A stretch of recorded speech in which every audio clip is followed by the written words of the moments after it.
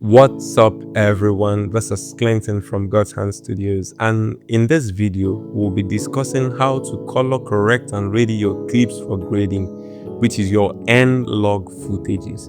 In our previous video we discussed how to do this for your N-RAW footages. So in this video we'll be discussing on how to do it for your N-LOG footages. You don't have to use the beta version in order to get this done, just your usual Adobe Premiere Pro, just that it has to be the recent version. I'm currently using the Adobe Premiere Pro 2026, which I just got yesterday.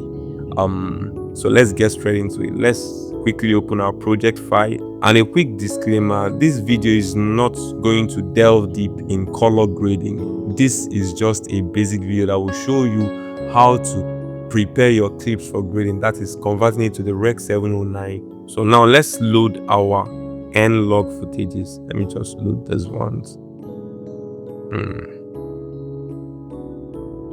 Okay, so as you can see, it's still very dull. So let's quickly go ahead and do it. The processes for the two is quite similar, just that there is a little bit of variation. First, in the file menu, go to project settings and go to color. Check this box, color manage auto detected log and raw media, if you haven't. So let's say it's still unchecked, just check it. Then viewer gamma, I like to leave it on web, I don't even know what it does, and hit OK. As you can see, our video is still flat even though we've made that adjustment. Okay, so now select the footage, then go to settings and click on override media color space, and this is where the twist comes in.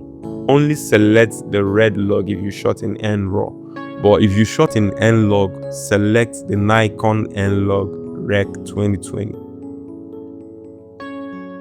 As you can see, it's only corrected it for this clip. So instead of doing it one by one till you get to the whole of the clips, just come here, select all your clips in your project panel, right click, go to modify color, then go to override media workspace or color space, sorry, and select the